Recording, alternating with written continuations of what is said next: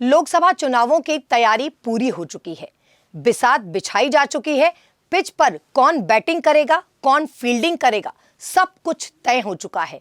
लेकिन क्या हरियाणा के अंदर बीजेपी और जेजेपी के बीच फ्रेंडली मैच होने जा रहा है और क्या इसका खामियाजा कांग्रेस को भुगतना पड़ेगा? राजनीति की पिच से एक स्पेशल कमेंट्री।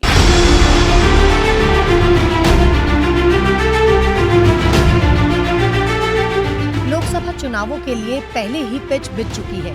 चुनाव के इस पिच पर कौन सा उम्मीदवार पहले बैटिंग करेगा और कौन सा उम्मीदवार बॉलिंग, ये भी तय हो चुका है। जनता तय करेगी चुनावी पिच पर कौन सा उम्मीदवार सेंचुरी मारेगा और लोकसभा पहुंचेगा। आज हरियाणा की पिच पर कैसी फील्डिंग की जा रही है, तमाम पार्टियों के द्वारा आपको बताएंगे और ये भी बताएंगे कि कौन सी पार्टी पर कौन सा उम्मीदवार अपनी फील्डिंग सजा चुका है, तो कौन सा उम्मीदवार अपनी पार्टी को जिताने के लिए जोरदार बैटिंग करने के लिए कमर कस चुका है। हरियाणा में बीजेपी ने अलग ही दांव खेला है। 10 की 10 लोकसभा सीटों पर अपनी जीत पक्की करने के लिए बीजेपी कोई कोर कसर नहीं छोड़ रही। इस बार के चुनाव बेहद दिलचस्प होने वाले हैं। क्यों, बताएंगे, लेकिन इससे पहले आपको बता दें कि कांग्रेस ने हरियाणा में खबर लिखे जाने तक अपने पत्ते नहीं खोले हैं। यानी बीजेपी ने अपने सभी उम्मीदवार 10 की 10 लोकसभा सीटों पर उम्मीदवारों का ऐलान कर दिया है। ऐसा पहली बार है कि बीजेपी ने 10 सीटों में 6 पर पूर्व कांग्रेसी नेताओं पर अपना विश्वास जताया है। बीजेपी को पूर्व कांग्रेसियों पर भरोसा। 2019 के लोकसभा चुनावों में मोदी लहर के बीच बीजेपी ने चौंकाते हुए हरियाणा में क्लीन स्वीप किया था। हालांकि इसके बाद कुछ महीनों पर हुए विधानसभा चुनावों में पार्टी अपने बल पर बहुमत हासिल नहीं कर पाई।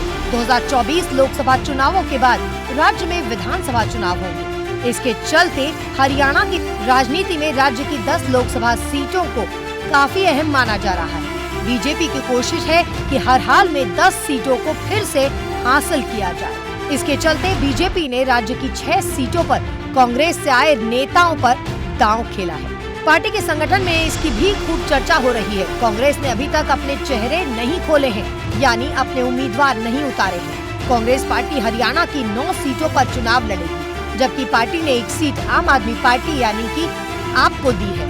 इंडिया गठबंधन के तहत कुरुक्षेत्र से आम आदमी पार्टी के सुशील गुप्ता उम्मीदवार हैं। चलिए अब आपको बताएंगे कि कौन कौन से पूर्व कांग्रेसियों पर बीजेपी ने दांव खेला है।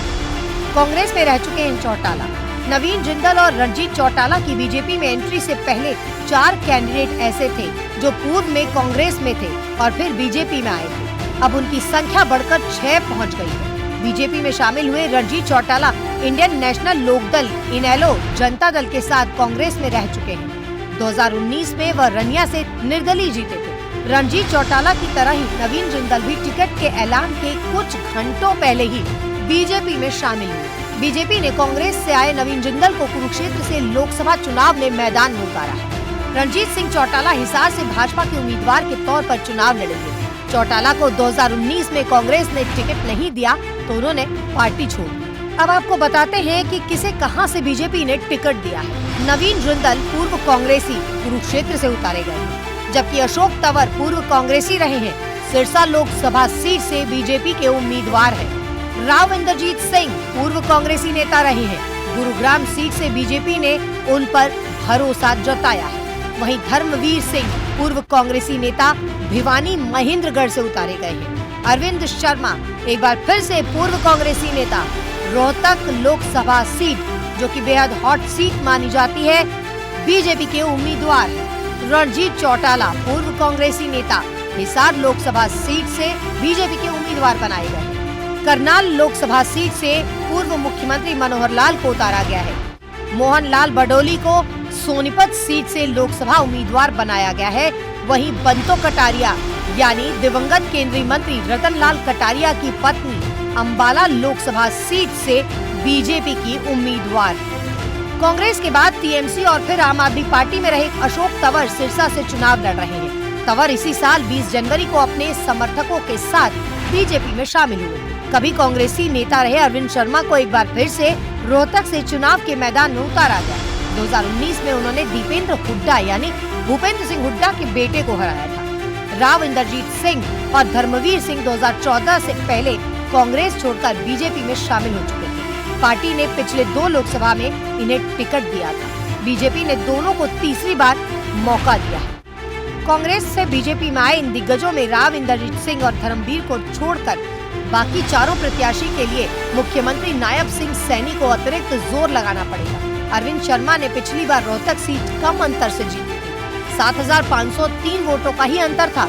तो वहीं रणजीत चौटाला, नवीन जिंदल और अशोक तंवर पहली बार बीजेपी के सिंबल पर चुनावी मैदान पर।